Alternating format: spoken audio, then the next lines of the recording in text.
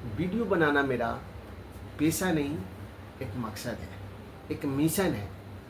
इस मिशन से मैं चाहता हूँ कि आप लोगों को अपने वीडियो के माध्यम से जानकारी पहुँचाऊँ, जो जानकारी लेकर आप लोग सेल्फ डिसीजन ले पाओ।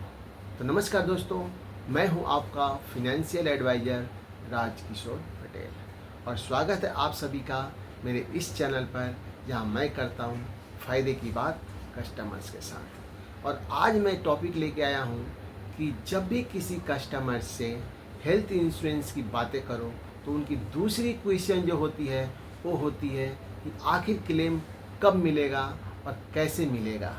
क्योंकि उनकी धारणा ये है कि पॉलिसी तो कर लेते हैं बट इसका समय पे क्लेम नहीं मिलता है।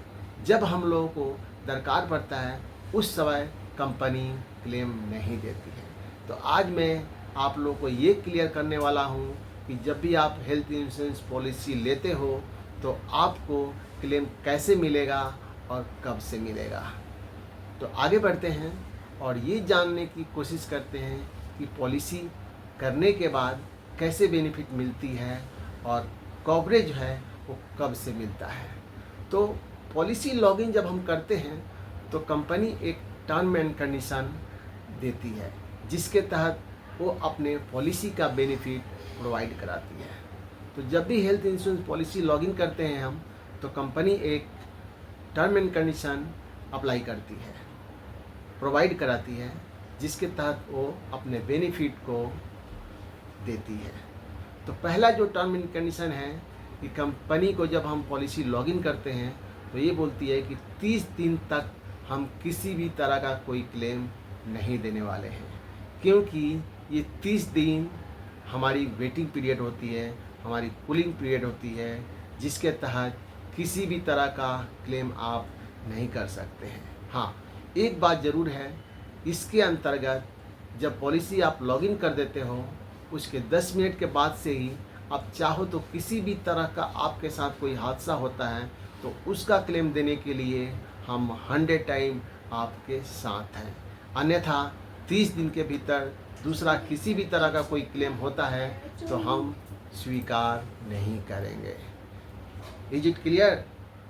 तो मैं आगे बढ़ता हूँ और दूसरा जो टर्म कंडीशन कंपनी का है वो है 24 मंथ यानी कि 2 इयर्स। कंपनी ये बोलती है कि 2 साल के अंदर कुछ ऐसे भी डिजीज हैं, कुछ ऐसी भी बीमारियां हैं जिसकी हम क्लेम स्वीकार नहीं करते हैं, जैसे पेनक्राइटिस, हर्निया, हाइड्रोसील। इस तरह की डिजीज के लिए हमारी वेटिंग पीरियड 24 मंथ का है यानी 2 इयर्स।